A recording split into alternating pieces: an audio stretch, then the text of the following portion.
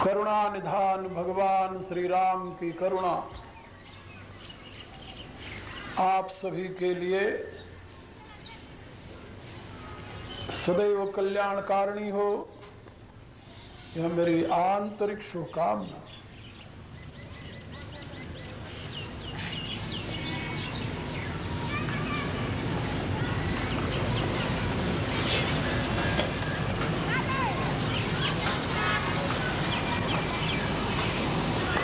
मनुष्य होने के नाते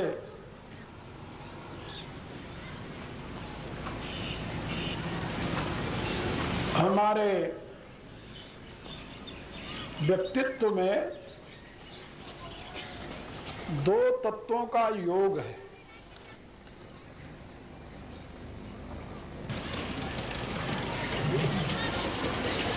बुद्धि से लेकर के स्थूल शरीर तक तो प्रकृति का साम्राज्य है,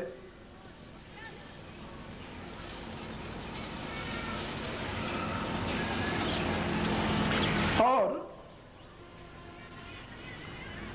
बुद्धि, अहम, मन, इंद्रियां और शरीर को भी प्रकाशित करने वाला जो तत्व है,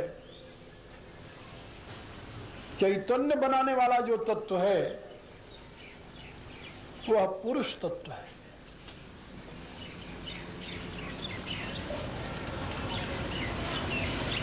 तो चेतना व ज्ञान के रूप में हमारे जीवन में पुरुष की प्रतिष्ठा है। इसी को भगवान ने गीता के 13वें अध्याय में बताया। प्रकृति पुरुषश्चैव विद्यनादि उभौ अपि। प्रकृति और पुरुष इन दोनों को तू अनादि जान, और इसमें कार्यकरण कर्तृत्व हेतु प्रकृतिरुच्यते, पुरुष सुख दुखानाम भोक्तृत्व हेतुरुच्यते। इसमें जो कार्यकरण और कर्म है, कार्य माने शरीर, करण माने इंद्रियां, और कर्म माने इनका व्यापार, ये जो तीन तत्व हैं ये तो प्रकृति से संबंधित है। और जो अनुभूति है, एक्सपीरियंस है, वो पुरुष से संबंधित है। अच्छे एक्सपीरियंस को सुख कहते हैं और प्रतिकूल एक्सपीरियंस को दुख कहते हैं। इसलिए बताया पुरुष सुख दुखानाम भोक्तृत्व हेतुरुच्यते। सुख और दुख के भोग माने एक्सपीरियंस, अनुभूति, तो अनुभूति में पुरुष कारण है। जब ये बात दोनों आप समझ जाएंगे तो आपको बड़ी आसानी से बात समझ में आ जाएगी कि लोक व्यापार तो कर्म से सिद्ध होगा और मोक्ष व पूर्णत्व की प्राप्ति वो ज्ञान से सिद्ध होगा। कर्म से मोक्ष की सिद्धि नहीं होती और ज्ञान से लोक व्यापार की सिद्धि नहीं होती, क्योंकि मनुष्य होने के नाते आपको लोक की भी आवश्यकता है, परलोक की भी आवश्यकता है, दोनों की आवश्यकता है। इसलिए न तो आप कर्म का त्याग करके ज्ञानी बन सकते हैं और न तो ज्ञान का त्याग करके आप कर्म में ही प्रवृत्त हो सकते हैं, क्योंकि ज्ञान के अभाव में शरीर में क्रिया नहीं होगी, मूवमेंट तो होगा लेकिन कर्म नहीं होगा। कर्म और मूवमेंट में या क्रिया में क्या अंतर है? कर्म है एक लक्ष्य को प्राप्त करने के लिए जो विधि विधान के साथ किया जाए, वो तो कर्म है। और क्रिया जो मूल रूप में से चल रही है, मूवमेंट जो चल रहा है, So movement is the nature of nature that will go in your body, but that can't be fruitful. And karma is related with some particular fruit, an aim, and destination. So, if you want to achieve that destination, you have to do karma according to that law. And that law you can know by knowledge, not by body, not by senses. इसलिए गीता कहती है कि नहीं कश्चित् क्षणम अपि जाति तिष्ठति अकर्मकृत। मनुष्य कर्म के बिना एक क्षण भी नहीं रह सकता, और ज्ञान के बिना रह सकता है? बोले नहीं, ज्ञान के बिना तो उसका अस्तित्व ही नहीं रहेगा। इसलिए नहीं ज्ञानेन सदृशम पवित्रम यह विद्यते, इस जीवन में ज्ञान के समान और पवित्र कुछ है ही नहीं। तो मनुष्य को क्या करना चाहिए? करना चाहिए ज्ञान के प्रकाश में कर्म का अनुष्ठान, जिससे उसका लोक भी बन जाए, परलोक भी बन जाए। याद रखो, गीता केवल मोक्ष शास्त्र नहीं है, केवल मोक्ष शास्त्र नहीं है।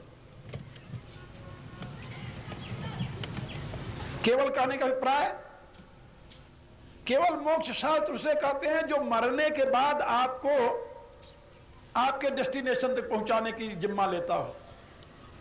लेकिन ऐसी गीता नहीं है, वो तो जीते जी जीवन की व्यवस्था भी प्रदान करती है।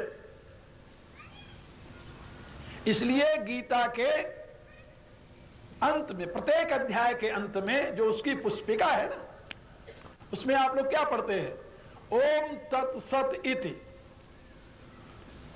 सुपनिषत्सु ब्रह्म विद्यायाम योग शास्त्रे। केवल ब्रह्म विद्या गीता नहीं है, योग शास्त्र भी है वो। और केवल योग शास्त्र नहीं है, ब्रह्म विद्या भी है वो। तो ब्रह्म विद्यायाम योग शास्त्रे, ये गीता के लिए दो विशेषण दिए गए। वह ब्रह्म विद्या है, वह योग शास्त्र है। ब्रह्म विद्या तो आपके आत्मा से संबंधित है, और योग शास्त्र आपके कर्म से संबंधित है। ये बात समझे? दुर्भाग्य कहिए,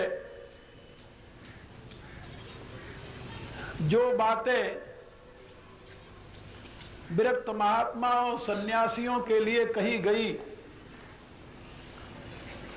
उसको लोगों में आम जनता के लिए प्रचारित किया। ये दुर्भाग्य है। ये धर्म का यथार्थ स्वरूप न जानने का परिणाम है।